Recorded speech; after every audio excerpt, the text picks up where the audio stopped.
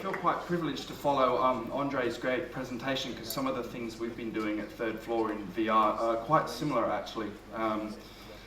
First, just a really quick overview of who we are. Our core business has been feature films, so we tend to work on a lot of the big budget Hollywood films, doing pre-visualization. So essentially animated blueprints that help the filmmakers figure out what their film's going to play like, be like, and our team of artists is essentially storytellers, animated visual storytellers to help those filmmakers flesh those scenes out, and they utilize those things to then figure out the shoot and all the post-production issues and things like that. And one of the great things about our company is it's founded by artists. Our six founders, all bar one, still do shots on films. So it's very much a collaborative, artistically driven company. We're very much used to working on large sort of tentpole productions, in addition to video games, animated films, a lot of commercials, and theme parks, actually pre-visualizing theme park and amusement rides and testing them out before the final piece. And last but no means least, virtual reality. And the two areas of VR that we've been looking into at the Third Floor. The first is a kind of like a natural extension to the work we're already doing. So as I mentioned, we're used to basically building worlds, world building. We're used to a lot of the use of the word virtual in film these days. We have virtual production, and we have virtual camera and virtual rapid prototyping. So virtual reality is a nice little extension to that. But in this case, from Alice, Tim Burton wanted to explore the world of wonder, the world that Alice was living in before he shot anything. None of this was going to exist physically as a set or necessarily as a sequence in the film, but he wanted to get a gauge on what that world was going to be like, so he could figure out story and narrative within it. So we use that process on a whole bunch of productions. These days we have an extension now where we just turn the volume down. Sorry. So now we sort of extend into virtual camera. So this is a tool that we now use at the Third Floor, where we've built that world, we've maybe done some performance capture, and then we're allowing the director just to explore that. We can change lighting on the fly, we can shift positions. We have the editor sitting in the room so that he can quickly cut a sequence together and flesh out that whole scene. And in the case of this example, we did about 200 or 300 setups, camera setups in one day. There's a take here of when if he buggers up a camera move, he can quickly just reset it and start again. So it's a very much, the key thing for us is taking the abstract nature away from that filmmaking process and giving tools to the directors and the creatives to really engage in the world that they want to create. So that sort of segues quite nicely into the area which we're really exploring right now in VR with a couple of our shows, where utilizing game engine technology, we can now build that environment, that set, that world will exist in, that film will exist in, and allow the director or the production designer to virtually scout that location. So we put on an Oculus, they can walk around the space with an Xbox controller, and there's an immediate gratification from that process, because they get a sense of spatial distances and all kinds of details and lighting and other things. And as I was saying, taking the abstract nature out of the process, I think. And we're looking towards that, developing tools so the director can actually engage with that environment. So maybe point objects out, or maybe they could, all network in together and explore the space together and really flesh out the sets and locations before they've built them. But obviously the key thing about everything that we do at the Third Floor is story. And I just wanted to relate that back to Joseph Campbell, who I'm a big fan of. If anyone knows Joseph Campbell, he was an anthropologist, spent his career looking at different cultures, international, worldwide cultures, and finding common threads. And key to all of it was the need to hear stories and tell stories, the fundamental human need to hear and see stories. And as we enter sort of into virtual reality, it's a new medium, a new format for telling those stories. And so we've been looking at doing we've completed a bunch of productions for some filmmakers as VR experiences. So linear in passive sort of exploration, but very much finding the language, if you like, of a VR experience. And I relate it back to my past, with studying film at university. We're thinking about film theory and all the different techniques it takes to understand film as a visual language. We're really entering into a whole new era with virtual reality. What will the language be that we use to tell these stories? And I wanted to go through a couple of the sort of lessons and things that we've experienced in doing some of the projects we've done, and also some of the challenges we face. The key thing, as a lot of people have mentioned today, is presence is absolutely crucial. Feeling as though you actually are existing in that space is absolutely central to a very convincing performance experience.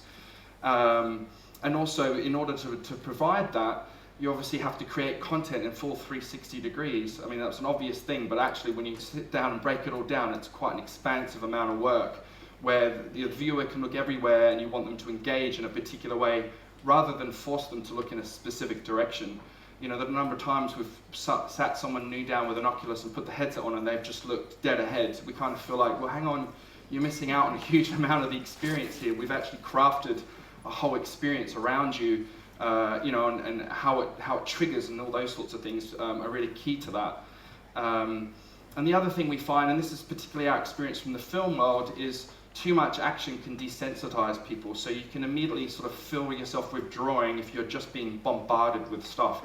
It's this whole idea of a roller coaster ride in VR. It's kind of exciting for a short period of time, but after a while you kind of feel like you want something a little bit more. And then obviously there's this balance between the interactivity and the passive. We've seen there's a lot of great games on display here where you're actually physically interacting with that world, but we're kind of interested in taking a little bit away from that. What degrees of passive activity do people accept in that immersive environment? How much interactivity do they expect? Do they need a controller? Can they just experience a story within a virtual space and just engage in it emotionally just within the confines of the Rift or the VR headset? You know, and how we keep them focused is key. I mentioned before, if you've got 360 degrees of content, how do you make sure they are looking in an area where you've put the most attention? If you have a character or two characters talking, how can you be sure that that person is actually looking at that performance? And you know, so the projects we've been doing, we're finding some really great, fun, creative devices to sort of draw the audience's attention to a certain event and then allow them to continue the experience without feeling it's as though they're being forced to as well. Design and environment is key, as I came back to at the very beginning when we're talking about world building. I don't think you can beat a very good art direction and production design. I think for VR especially, that's going to be absolutely crucial. It's all very well to populate an environment, but to really think about its design and what you're trying to say within your story, within that design, I think is absolutely crucial. So having some really good, talented production design and art direction, I think is really important. And what we found with the projects we have done is the more fantasy-based, the better in some ways. It's kind of, it trips you out a little bit if you try to just recreate a room. You know, we've done one which is an underwater experience, so you're suddenly like, wow, I'm not used to being underwater, but this is kind of cool. I can kind of get a sense of space without feeling as though I'm somewhere completely, real, and what I expect to see I'm not seeing. So dreamlike type experiences I think are really interesting as well. Characters I think is crucial. I mean, some will probably disagree these days, but most films should be character-centered. You know, not necessarily action-defined, but about good, strong characters. And I think, you know, any film that isn't successful or project is because the characters, you just don't empathize with them, you don't feel their story. I think that's crucial to VR as well, or these types of VR experiences, is how do we create a dependable performance within that space. Obviously we have live action, which we can composite in there. We can do some high resolution assets, we can do some performance capture, facial capture. And also I guess we're really interested at Third Floor looking to beyond that to sort of 4D capture, you know, photographing actors and being able to virtually scan them in as we go, so you have a proper 3D model of that performance that you can place into a 3D space. And then also, obviously, there's been a lot of discussion as well about, you know, input devices and how we manipulate that world. I guess if we're talking about a purely passive experience, you don't really expect a huge amount of input. But, you know, one thing we've been interested in is sort of gaze technology. So if you can detect that the viewer is looking at a certain thing, it would trigger an event. So it feels interactive, but actually it's relatively passive. But I think these sorts of devices, it comes back to the language that we're going to define, is how these elements interact with these stories. And one big thing we found, which is a really great experience, particularly coming from our experiences, you know, the sort of language of cinematography and editorial don't really apply in a VR sense. When we started doing a VR experience, we found if we cut from one location to another, it was very disorientating. You as a viewer were like, hang on a second, where have I gone? So finding a way to transition from locations becomes a really critical point of being as in part of that world, rather than just disorientating someone every time you want to shift a point of view or a location. And obviously cinematography is a huge thing in the film world, defining the lens choices and things like that. But in a VR world, you're kind of fixed. You know, you have to allow the audience to sort of define what they're looking at and what they're seeing. Length is really key. I've heard that come up a couple of times before. I don't know how many people have actually had a VR headset on for a prolonged period of time, but it can be quite a heavy. I found personally after 3 or 4 minutes, I become quite conscious of the fact I've got something glued to my head, and that I might be looking in a virtual environment, but I'm actually standing and disorientated in a room whilst everyone's filming me on their phones. And so that's a really key thing, is what is the length of a sustainable story within a VR experience? How long can people put up with the headset on? Or I guess, with things like AR and Magic Leap and stuff, perhaps that would no longer be an issue. The technical challenges, I think Andre mentioned it before, is trying to get, because we're using at this stage Unreal Engine, but obviously Unity and other game engine platforms, the real limiting factor is going to be frame rates, because to really convey, to really make you feel like you're immersed in that environment, you don't need to see delay or glitches and things like that. And that requires a humongous amount of computational power. I mean, sitting there trying to work out, as Oculus is saying, you need to be running 120 frames a second.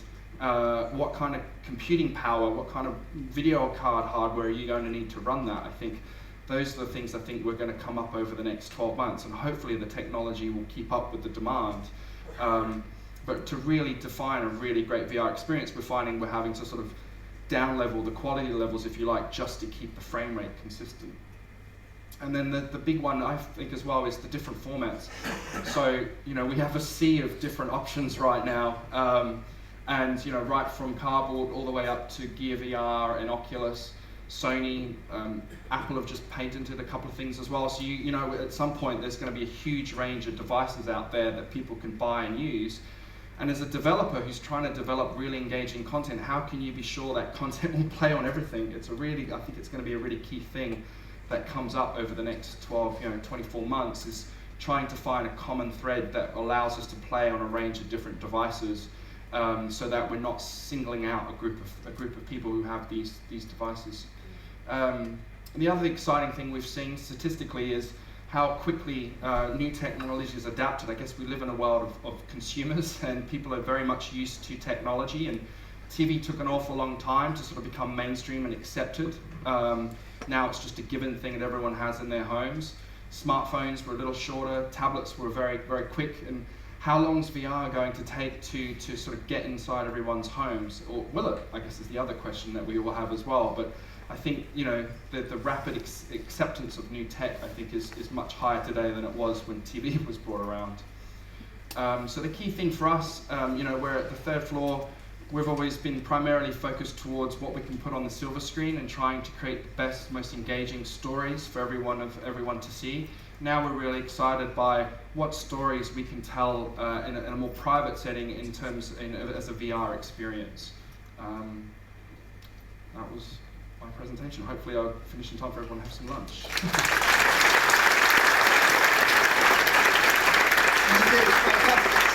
We've caught up on time a little bit. I think we've got time for a couple of questions. I'm going to see a torch flashing at me if we've really pushed it. So, there's a guy there already with a hand up helping us with the time. So, go for it. We might squeeze in one or two more.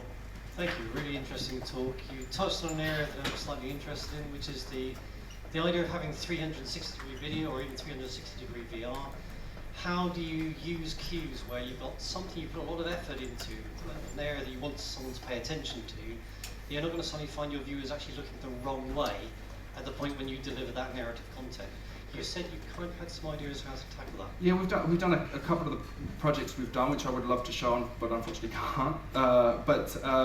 Where we're using sound is a really key one, especially spatial sound. So if you hear something at some point, the audience will turn around.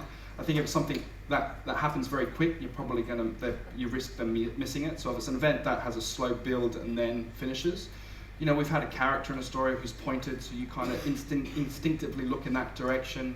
I think the other thing we're excited to look at is sort of that gaze technology I mentioned, which is fairly easy in the game engine to sort of detect where the audience is looking, and so using that to trigger an event, you know, which would otherwise remain static until they were actually looking at it, I think is kind of interesting as well. I'm afraid I've had a futuristic communication technology called a torch flashed at me, which means we've run out of time now for lunch. So people just can come to me. Yeah, I was going to say, you're going to be around for a little bit. Yeah, People want to so find you, fantastic. So thanks so much, Duncan.